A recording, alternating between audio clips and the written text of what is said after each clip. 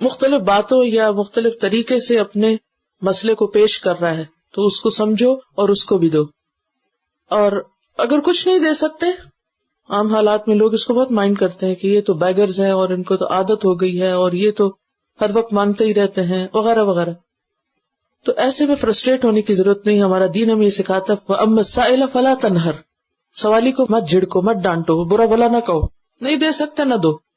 قول معروف ومغفرۃ خیر من صدقۃ یتبعها اذی، اچھی بات کر دینا، بھلی بات، میٹھا بول دینا، ومغفرۃ معاف کر دینا، اگنور کر دینا، یا کسی کی جو اریٹیٹ کرنے والی چیز ہے اس پہ آگے سے کچھ نہ کہنا، یہ اس صدقے سے بہتر ہے جس کے پیچھے اذیت ہو کہ انسان دے بھی اور ساتھ بولتا بھی چلا جائے اور ساتھ باتیں بھی سناتا جائے.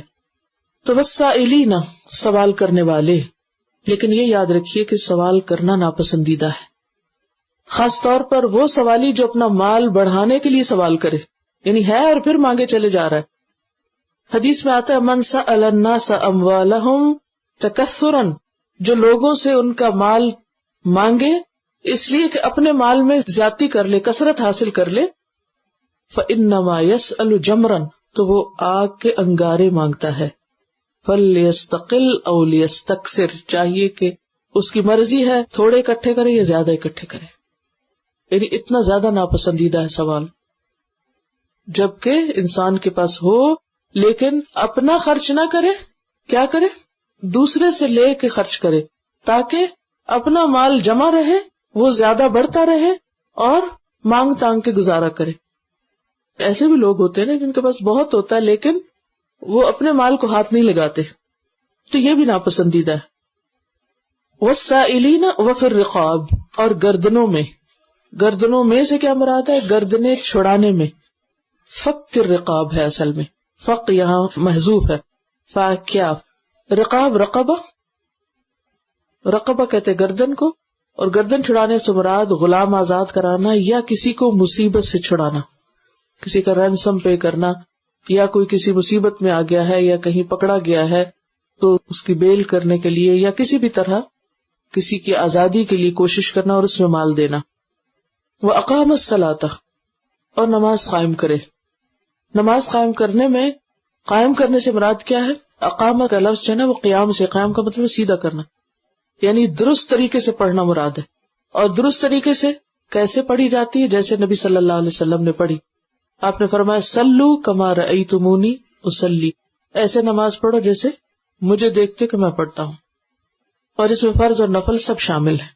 وآت الزکاۃ، اور زکات دے. یہاں فرض زکات کی طرف اب اشارہ ہے کیونکہ نفل کہاں ہو چکا، یہ جو پیچھے آت المال ہے، یہ جو آت المال علی حبہ ذوی القربى والیتامى والمساکین، یہ سب نفلی صدقات ہیں. خاص طور پر ان کو زکات بھی دی جا سکتی ہے بوقت ضرورت، جب ویسے مال نہ ہو انسان کے پاس، لیکن زکات کا انتظار نہیں کرنا چاہیے.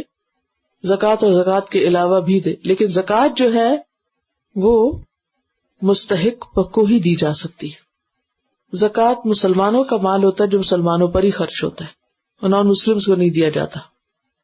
اور زکات کے جو مصارف ہیں کون مستحق ہے، اس کی تفصیل آگے انشاءاللہ قرآن مجید میں بھی آئے گی اور احادیث سے بھی ہمیں پتہ چلتی ہے.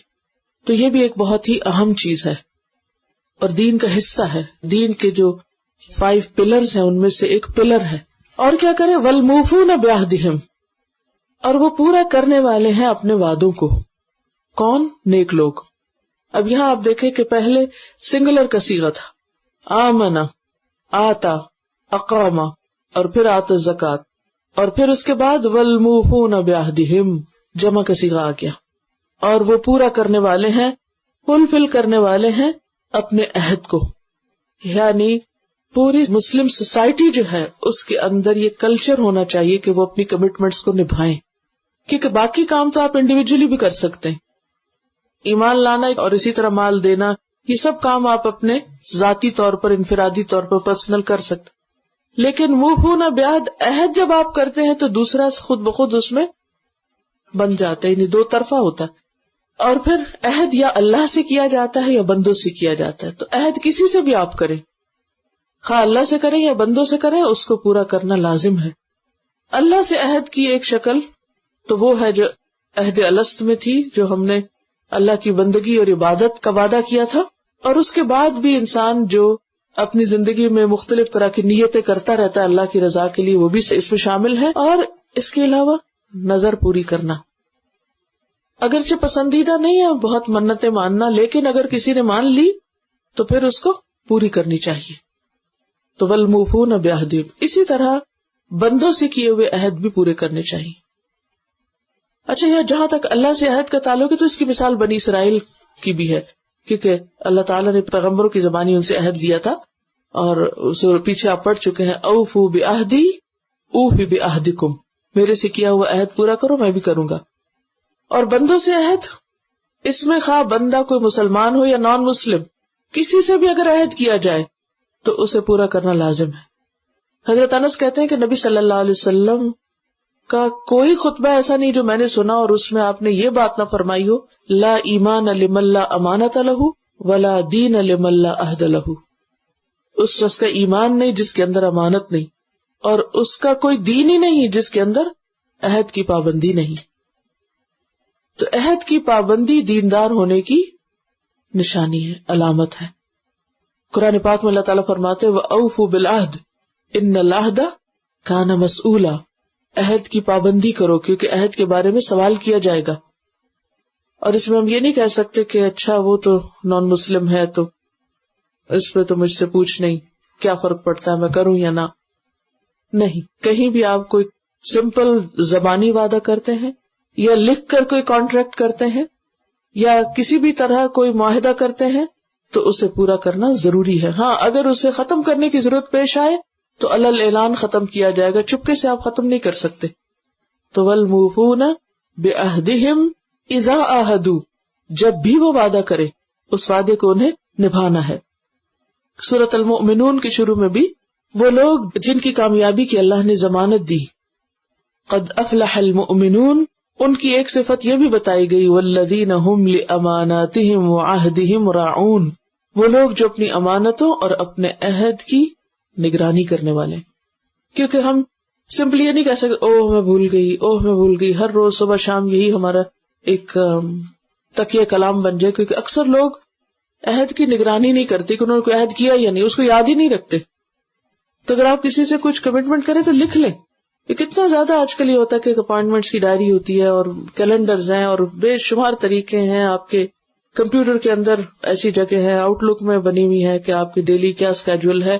تو چاہے کسی گروپ کے ساتھ عہد ہو یا کوئی اپائنٹمنٹ ہو یا کسی ڈاکٹر کے ساتھ ہو یا کہیں بھی، اس کو فلفل کریں.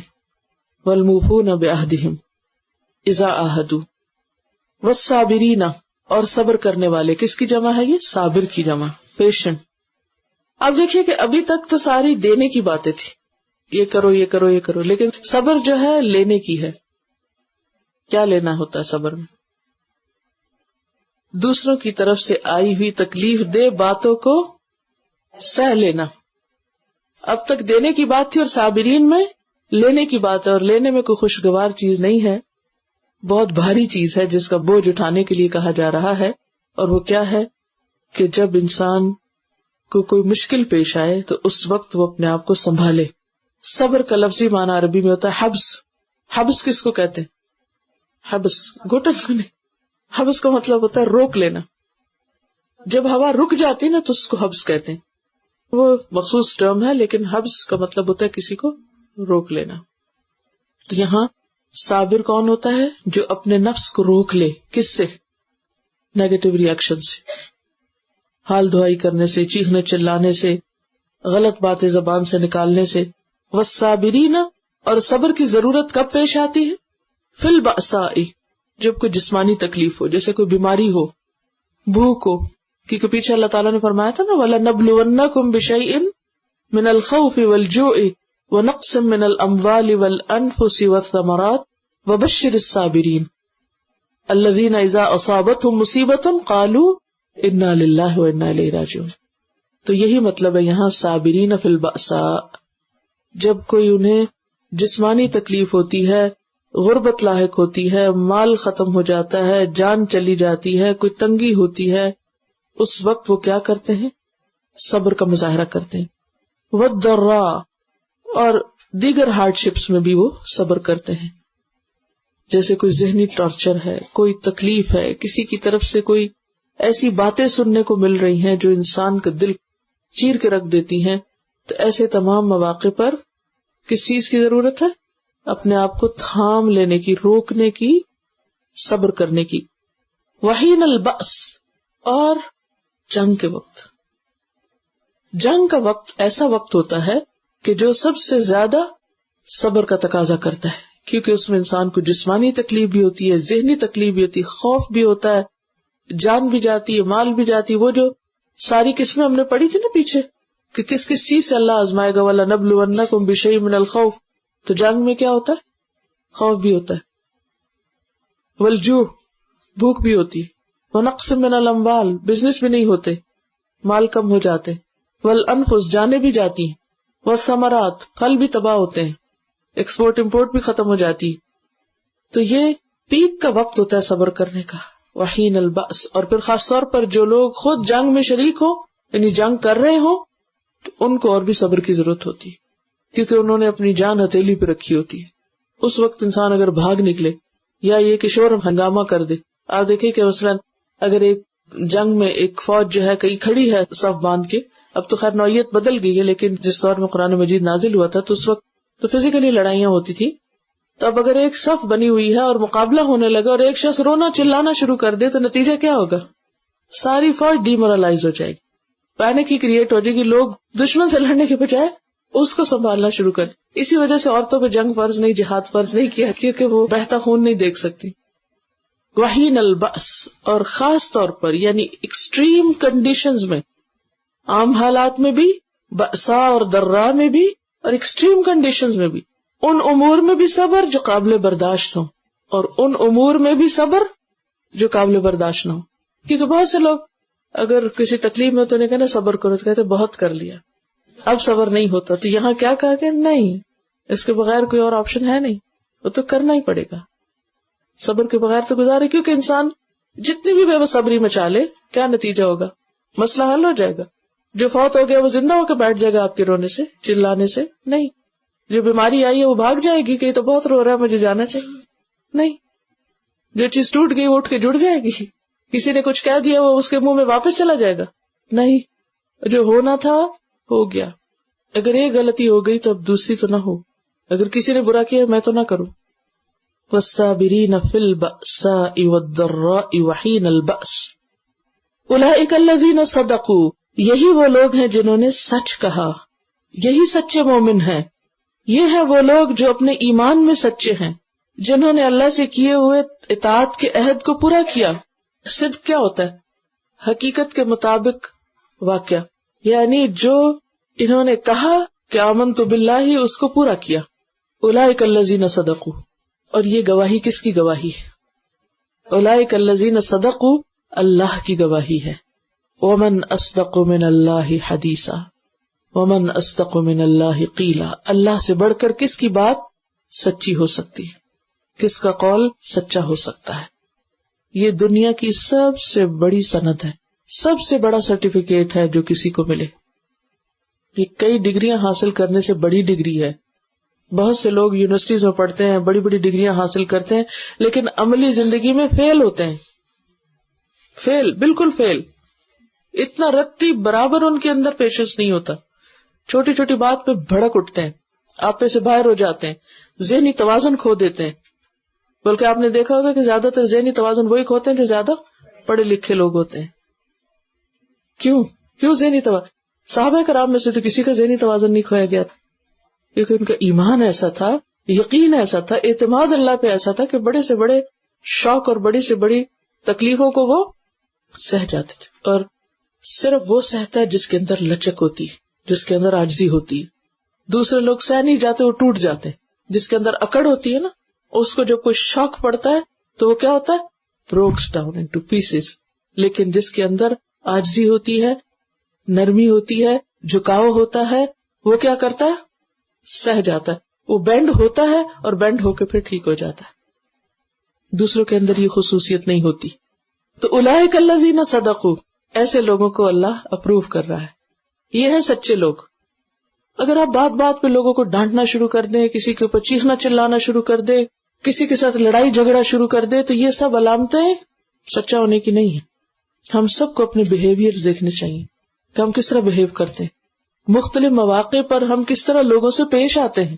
بچوں سے کیسے پیش آتے ہیں, شوہروں سے کیسے پیش آتے ہیں, ہمسائے سے کیسے پیش آتے ہیں, اوروں کے ساتھ کیا معاملہ کرتے ہیں. کیونکہ اگر ہم واقعی اللہ کو مانتے ہیں تو پھر اس کی باتیں بھی ماننی چاہیے, پھر اسلام کی صحیح تصویر پیش کرنی چاہیے.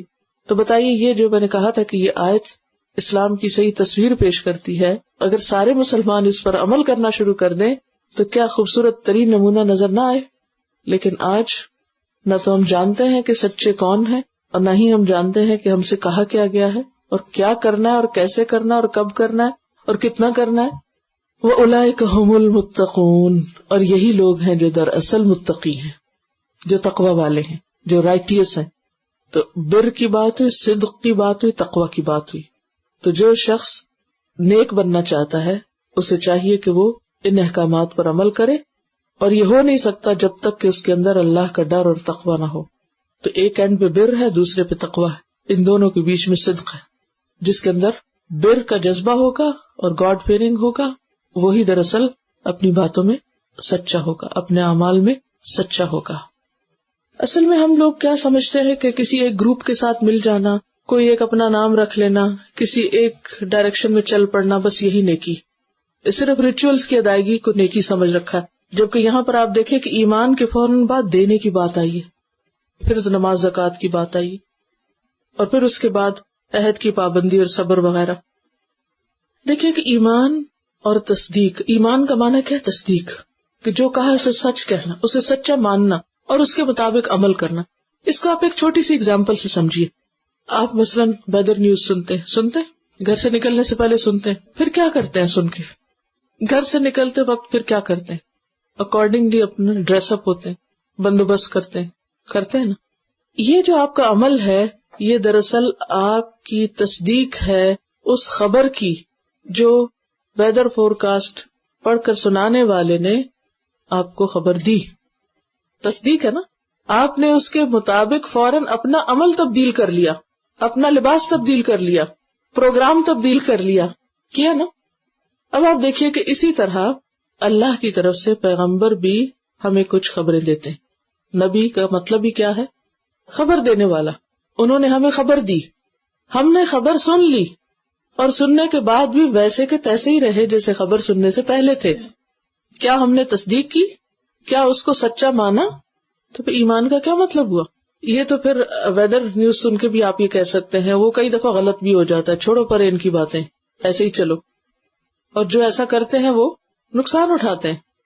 تو ہم میں سے ہر ایک کو اپنے طور پر سوچنا چاہیے کہ ہم ایک پیغمبر کی بات کو کیا ویلیو دیتے, کتنا سچا سمجھتے ہیں, کتنا اس پر یقین کرتے ہیں, کتنا ہمارا اس پر اعتماد ہے, اور کتنا اطمینان ہے کہ جو انہوں نے کہا ہے سچ کہا ہے. جب تک عمل نہ بدلے اس وقت تک ایمان صرف الفاظ کا نام ہے. اصل ایمان وہ ہے جو دل میں اترے اور عمل کو تبدیل کر دے. جب تک عمل نہیں بدلتا, بیہیویئر تبدیل نہیں ہوتا, عادتیں نہیں بدلتی, ہم اپنا مال خرچ کرنا نہیں شروع کرتے, یتیموں اور مسکینوں کی پرواہ نہیں کرتے, عہد کی پابندی نہیں اور صبر نہیں, تو پھر جو کہتے ہیں وہ سچ نہیں. اولئک الذین صدقوا, وہی ہیں جنہوں نے خبر سنی اور اس کے مطابق اپنی ساری زندگی کو تبدیل کر لیا, اس خبر کی تصدیق کر دی. میرا سوال یہ ہے کہ بأسا سے جیسے معنی جسمانی تکلیف لیا جاتا ہے, اگر آپ کے سر میں درد ہو آپ کیا کرتے؟ دوا تو لیتے ہیں علاج کے لیے, وہ تو بہت اچھی بات ہے, لیکن درد کا اظہار کیسے کرتے ہیں؟ ہم سب اپنے اپنے رویے کو دیکھیں. بخار ہو گیا, کوئی تکلیف ہو گئی, کوئی درد ہو گیا. بعض لوگ بیماری کی حالت میں خود تو پریشان ہوتے ہیں, سارے گھر کو الٹا کر دیتے ہیں, چیخنا چلانا ہائے دہائی, اوروں کو بھی ساتھ پریشان کر دیتے. کیا یہی ہے والصابرین فی البأساء؟ اسی طرح کسی نے کچھ کہہ دیا, ذہنی اذیت, ضراء کا ایک معنی کیا ہے؟ ذہنی اذیت. آپ کو کوئی بات بادر کر رہی ہے, اب آپ کا رویہ کیا ہونا چاہیے؟ مثلاً آپ کے شوہر نے آپ کو کچھ کہہ دیا, کسی بچے نے آپ کی بات نہیں مانی, کسی اور نے آپ کے ساتھ زیادتی کی, آپ کو بہت ذہنی تکلیف ہوئی, دلی تکلیف ہوئی, یا آپ ذہنی طور پر کسی اور مسئلے کا شکار ہیں, کوئی مالی پریشانی ہے یا کوئی اور آپ کی خواہش زندگی میں کوئی ڈریم نہیں پورا ہوا، دماغ جو ہے وہ کہیں بھی چین نہیں پا رہا، کیا کرتے ہیں؟ جہاں بیٹھتے ہیں غیبت، چغلی، رونا دھونا، شکوے شکایتیں، اس پہ غضبناک، اس پہ برسنا، شوہر کی بات کا غصہ بچوں پہ، بچوں کے ستانے کا شوہر پہ، کیا رویے ہوتے ہیں ہمارے۔ تو جب تک ہمارے رویے تبدیل نہیں ہوتے ہم اس کیٹیگری میں نہیں آ سکتے جن کو اللہ تعالیٰ سرٹیفکیٹ دے رہے ہیں۔ دیکھیے دنیا میں جب کسی کوئی یونیورسٹی پاس کر لیتا ہے، گریجویشن سیریمنی تھی، وہ دن لوگوں کے لیے عید سے کم نہیں ہوتا، کتنا خوش ہوتے ہیں۔ تو سوچئے جو لوگ ان چیزوں پر عمل کر کے اللہ کے حضور جائیں گے، اللہ تعالیٰ ان پر راضی ہوں گے اور یہ کہہ دیں گے اولئک الذین صدقوا، یہ ہیں سچے لوگ، یہ ہیں جنہوں نے اپنی بات سچ کر دکھائی۔ جب انہوں نے کہا کہ آمنت باللہ تو پورا کیا، اللہ کے وعدوں پہ یقین تھا ان کو کہ ایک کانٹا بھی چبھے گا تو اس پہ بھی اجر ہوگا۔ یہ سارے مشکل امتحان ہیں لیکن ناممکن نہیں ہے، ان کا اہتمام ضروری ہے۔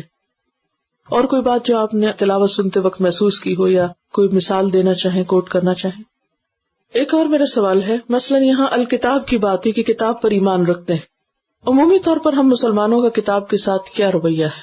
جب کوئی فوت ہو جاتا ہے پھر سپارے بانٹ دیتے ہیں، جو آئے ان کو بھی بانٹ دیتے ہیں، جو گھر میں بیٹھے ان کو بھی فون پر بانٹ دیتے ہیں۔ تھوڑی دیر کے لیے سوچئے کہ مرنے والا مرنے کے بعد قبر میں ہے، اس کا امتحان ہو رہا ہے، اس کا ٹیسٹ ہے آگے، اور آپ کتاب ہدایت کو لوگوں میں تقسیم کر رہے ہیں کہ وہ پڑھ لیں۔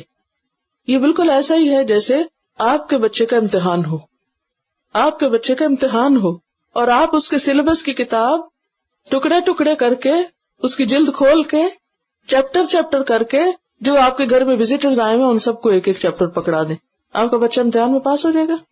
ذالک الکتاب لا ریب فیہ ھدی للمتقین، اور ہم نے اس کو مردوں کی کتاب بنا دی، جب کوئی فوت ہو جائے تو باقی لوگ اس کو پڑھ لیں۔ اس میں تو ہماری توجہ ہے، اور اس کا جو امتحان ہو رہا ہے اس کا کیا بنے گا؟ اس کو اپنی زندگی میں جو کیا وہ کام آئے گا، کیونکہ مرنے کے بعد باقی چیزیں پیچھے رہ جاتی ہیں، آپ کے عمل ساتھ اترتے ہیں قبر میں، اور پیچھے والوں کی دعا ہم پڑھتے نہیں اس کے لیے۔ اب اگر آپ بیٹھ کے یہ پڑھ رہے ہیں، اس سے مرنے والے کو کیا فائدہ ہوگا؟ یہ سارے کام تو زندگی میں کرنے کے ہیں، یہ مرنے کے بعد کوئی کر سکتا ہے؟ اس آیت پہ عمل کوئی مرنے کے بعد کر سکتا ہے؟ کچھ بھی نہیں کر سکتا۔ تو آپ پڑھیں بھی تو اس کو کیا فائدہ ہوگا؟ وہ تو آپ کو فائدہ ہوگا کہ آپ کا سبق دہرایا جا رہا ہے کہ ہاں یہ کرنے کا کام ہے، اور پھر بھی اگر ہم نہ کریں تو کہاں کھڑے ہوں گے؟